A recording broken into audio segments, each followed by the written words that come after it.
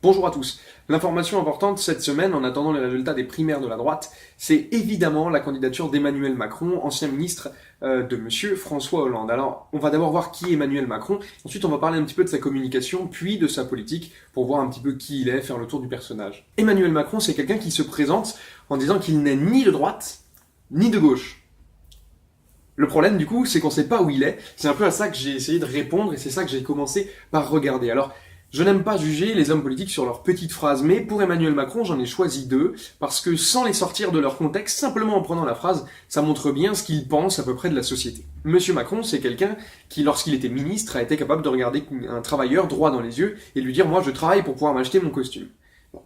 Monsieur Macron, au-delà du fait que ce soit un petit peu condescendant, ce que j'ai besoin de vous dire, parce que vraiment je ressens le besoin intérieur de vous le dire, c'est qu'il y a beaucoup de gens qui se lèvent tôt dans ce pays pour aller travailler, qui rentrent chez eux relativement tard, qui ont des conditions de travail pénibles, et qui pourtant, à la fin du mois ou à la fin de plusieurs mois, n'ont pas pu économiser suffisamment pour pouvoir s'acheter un costume, surtout un costume qui coûte aussi cher que le vôtre. D'ailleurs, en passant, il faut que vous sachiez que ces gens-là, parfois, n'ont pas non plus assez d'argent pour pouvoir payer de quoi bouffer convenablement, pour pouvoir devenir propriétaire, parfois pas suffisamment d'argent non plus pour pouvoir s'acheter des fringues, ou des pompes, ou payer des études à leur môme, ou pouvoir leur payer le cadeau qu'ils auront envie de leur payer à Noël. Bref, monsieur Macron, quand on veut porter un projet de société, du moins quand on dit qu'on veut pouvoir porter un projet de société, quand on veut pouvoir être président de la République en France, il faut être conscient de ce fait-là.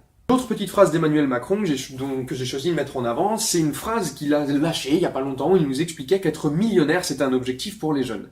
Monsieur Macron, non. Être millionnaire, ça ne peut pas être un objectif pour les jeunes et ça ne peut pas non plus être une stratégie d'avenir, un plan de vie. Vous savez pourquoi? Je vais vous l'expliquer. Parce que lorsque tu deviens millionnaire, eh bien c'est très simple. Ça veut dire que autour de toi, pas forcément autour de toi directement, mais dans la société, des gens vont manquer d'argent, des gens vont être dans la difficulté sociale parce que toi, tu es en train de te gaver personnellement avec tes millions qui ne te servent strictement à rien, si ce n'est à faire très joli sur ton compte en banque. Alors Emmanuel Macron, pour réussir à avoir une communication rodée, une communication qui fonctionne, et c'est vrai, sa communication fonctionne, il a créé, il y a quelque temps, son mouvement qu'il appelle En Marche.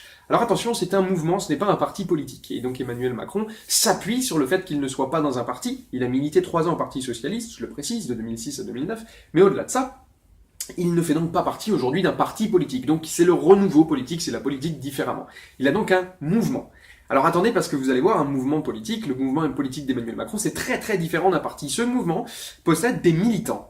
Il possède des militants qui font des réunions entre eux où ils traitent de sujets économiques, sociaux, de sujets politiques, ils parlent de politique, ils ont des campagnes politiques, ils ont une identité visuelle, une marque qui va avec ce mouvement En Marche, ils ont un leader politique qui s'appelle Emmanuel Macron, ils font du porte-à-porte, ils font des distributions de flyers, bref, c'est la même chose qu'un parti politique pour de vrai, c'est juste que lui appelle ça un mouvement, les gens appellent ça un mouvement, ceux qui sont dans ce mouvement appellent ça un mouvement, donc ça fait renouveau, ça fait innovation, ça fait politique nouvelle, ça fait tout sauf politique à la papa. Le souci, c'est que ce n'est que de la communication. En vrai, c'est bel et bien un parti politique comme un autre. Sur le plan politique, Emmanuel Macron, c'est quelqu'un qui défend les thèses libérales majoritaires dans le système actuel.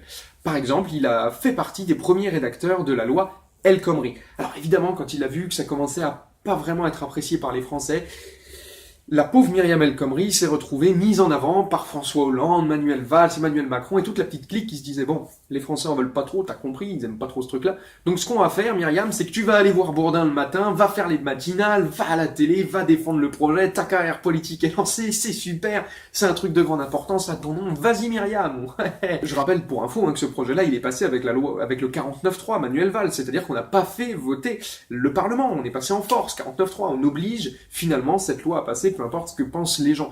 Bon, Emmanuel Macron a défendu cette loi au début. Et puis, lorsqu'il est parti du gouvernement, lorsqu'il a démissionné, il nous a expliqué que c'était pour 2 raisons. La première, c'était cette loi.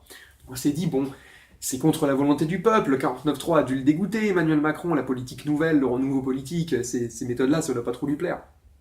Pas du tout, les amis, que pensez-vous? Il nous a expliqué que cette loi-là n'allait pas assez loin. C'est génial, Emmanuel, t'as tout compris. Bon, et puis la deuxième raison pour laquelle il avait démissionné, vous allez voir, celle-là, elle est drôle, c'était à cause de la déchéance de nationalité, contraire à ses valeurs, contraire à ses principes.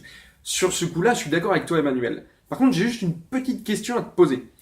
Lorsque cette déchéance de la nationalité a été mise en avant par François Hollande et Manuel Valls, Christiane Taubira, par exemple, elle l'a appris, elle a démissionné tout de suite. Elle est partie. Elle s'en est un peu servie, c'est vrai, mais enfin, elle est partie en mettant ça en avant. Pourquoi t'as attendu plusieurs mois, Emmanuel? C'est ça qu'on n'arrive pas à comprendre. Si c'est vraiment contre tes valeurs, pourquoi est-ce que t'attends?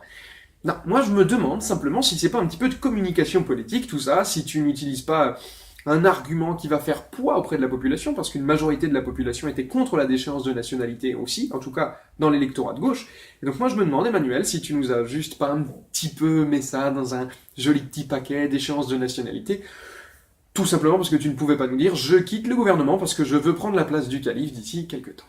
Emmanuel Macron, c'est également quelqu'un qui s'attaque aux 35 heures de façon générale, qui a pris position contre les 35 heures assez régulièrement. Et là, récemment, il nous a expliqué que les 35 heures n'allaient pas du tout avec la jeunesse.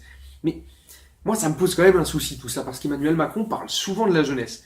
Mais il y a un truc qu'il faut savoir, le jour de son discours de candidature, le jour où il a annoncé qu'il était candidat, il y avait des jeunes qui étaient présents. Et les jeunes qui étaient présents n'ont pas pu rentrer dans la salle. Alors on les a mis derrière une vitre où ils entendaient à peine Emmanuel Macron faire son discours.